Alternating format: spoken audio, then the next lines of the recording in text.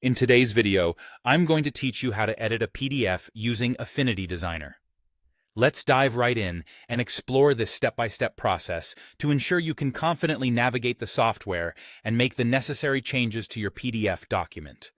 To begin, you'll want to launch Affinity Designer, a robust vector graphics editor known for its flexibility and ease of use.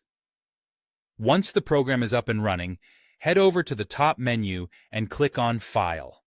From the drop-down menu, select Open, and this will prompt you to choose the PDF file you'd like to edit. Take a moment to locate your file and open it up.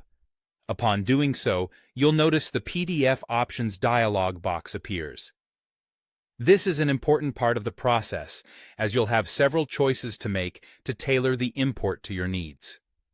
First, you need to decide whether to load all pages of your PDF or to select specific ones that you want to work on. If you're working with a lengthy document, focusing on particular pages might be more efficient.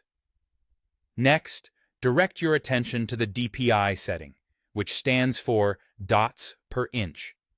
This determines the resolution of your document. You can either provide an estimate or set a specific value based on your preferences and requirements.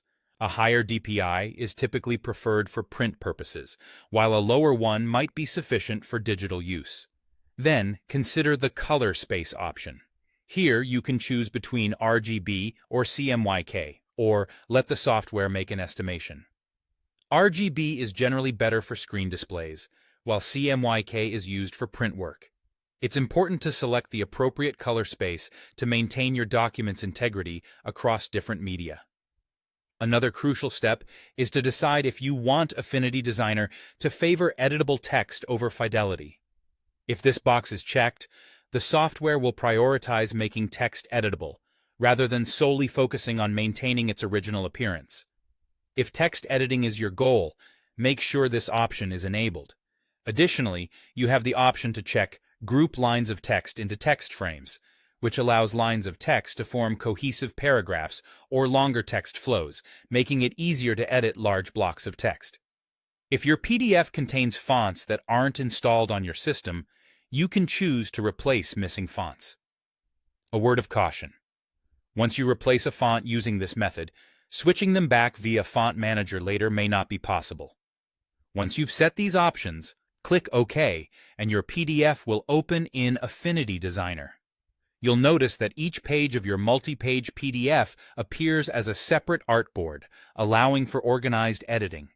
At this point, you can begin making changes to vector objects, shapes, or text, assuming it remains editable. Double-click on text frames to modify text if it was imported correctly and hasn't been flattened. If the PDF appears as a single group, you may need to ungroup objects to access individual elements for editing. Feel free to make all necessary adjustments to your document. When you've finished, navigate back to File and select Export. Choose PDF as your output format if you need your document to remain in PDF form. Remember, while Affinity Designer allows you to make these changes, it converts your original PDF into a new document, so you won't be overwriting the original PDF. That wraps up our tutorial on editing PDFs in Affinity Designer.